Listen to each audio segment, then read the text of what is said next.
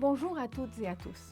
Aujourd'hui, nous allons aborder deux notions très importantes, les grandeurs qu'on appelle périmètre et aire. Distinguons ces deux grandeurs. Le périmètre est lié à la notion de longueur. Or, la longueur est enseignée dès le CP et les enfants ont souvent l'occasion de mesurer, par exemple, avec la règle, la longueur d'un stylo ou avec le mètre du mètre, par exemple la hauteur de la porte de la salle ou leur propre taille qui les intéresse beaucoup. Donc le périmètre, ça vient du grec périmétron, péri autour, métron mesure. Donc c'est la mesure du contour d'une figure.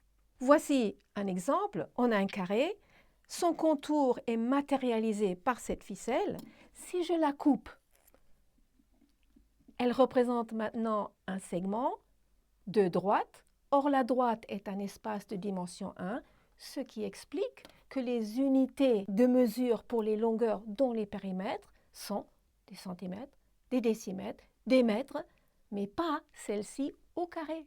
En revanche, la notion de l'aire est beaucoup plus abstraite pour l'enfant, parce que dans la vie quotidienne, il ou elle n'est pas amené à mesurer ou à parler de air. Donc il ne peut pas concrétiser, rendre claire cette notion, mais les programmes préconisent qu'il faut manipuler et puis représenter et à la fin abstraire.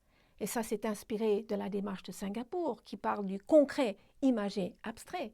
Donc, allons-y, rendons concret la notion de aire et de périmètre en manipulant, parce qu'à travers les manipulations diverses, du plus concret vers le plus abstrait, l'enfant construit des concepts mathématiques. Alors, dans un instant, vous allez voir 3 générations travailler sur ces deux notions, périmètre et aire. Mais avant de vous lancer le clip, je vais vous dire l'introduction que je leur ai faite en amont. J'ai donné à chacun et à chacune un géoplan qui représente une portion du plan avec 25 picots qui représentent des points. Et je leur ai expliqué qu'ils allaient mesurer le périmètre de leur figure avec cette unité de longueur et leur aire avec cette unité d'aire. Ce qui explique pourquoi aujourd'hui encore nous utilisons unité au carré pour les aires, unité pour les longueurs et plus tard unité au cube pour les volumes. Et ensuite, la tâche que je leur ai donnée en premier était de créer un rectangle et de me déterminer son périmètre et puis son aire. Voyons comment elles ont fait.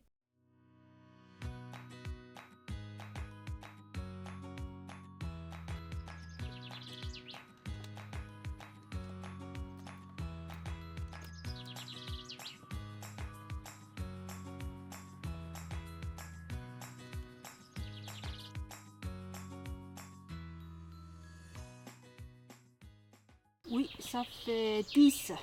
Juline, Didier, 6, Uline 12. et 8. Xiaoline. 8. Tout à fait.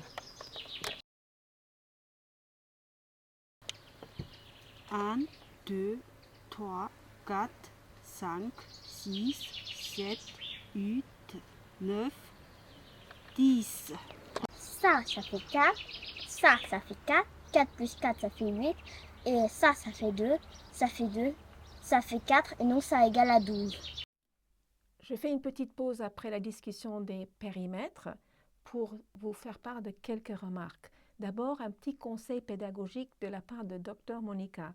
S'il vous plaît, ne vous précipitez pas à enseigner les formules, car pour beaucoup d'élèves, beaucoup d'enfants, le recours précoce aux formules d'aire ou de périmètre, de rectangle ou d'autres figures entraîne souvent la perte de sens. Deuxièmement, j'aimerais commenter la façon dont Li et Uline ont répondu ou ont justifié leur réponse.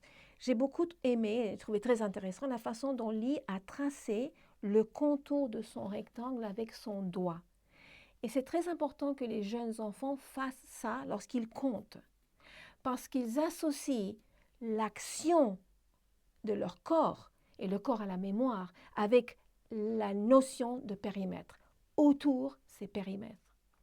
Et deuxièmement, j'ai trouvé que Uline, avec le fait qu'elle n'a pas compté justement, elle n'a pas tracé, mais elle a dit 4 et 4, elle a vu que les deux longueurs étaient pareilles, que les deux largeurs étaient pareilles, elle a doublé, donc elle est en passe à généraliser la formule du périmètre du rectangle. Et c'est très intéressant parce que la résolution de problèmes ou des explorations comme celle-ci sont souvent données pas pour vérifier des connaissances apprises, mais pour enseigner ou faire découvrir des connaissances à venir. Alors maintenant, continuons avec leurs réponses pour les aires. Parce que disons que ces 4 points-là forment une unité d'aire. Il y en a 1, 2, 3, 4, 5, 6, 7, 8. Dans mon rectangle, ça nous fait 8 unités d'air. Tout à l'heure, tu nous as expliqué que ça, c'était une unité d'air. Mais on n'a pas la bonne taille. Donc on n'a qu'à dire que ça, c'est une unité d'air. Quand on les place, on voit bien qu'il y en a 3. Donc ça fait, mon rectangle fait 3 unités d'air. Premièrement, tout ce matériel pédagogique n'est pas parfait parce qu'en théorie, on ne peut pas représenter un carré. Mais Xiaolin a très bien montré que ces carrés imparfaits donnent du sens à son aire 3 unités carrées. Les enfants savent très bien imaginer et passer du concret vers l'abstrait dans leur tête. Alors ça m'est arrivé l'autre jour à Poitiers. Et pour calculer l'aire, voici ce que l'élève a fait. Mon élève. 2 unités au carré, au milieu. Ensuite, ici, on a des demi-carrés. Et ça, un 3e demi-carré. Et ensuite, 4e, 5e, 6e, 7e, 8e demi-carré. Et comme il faut 2 demi-carrés pour former un carré, on a 2 plus 4. Cette aire était 6 unités carrées. Ce que vous venez de voir, ce n'est que le début d'une petite exploration sur les périmètres et les aires.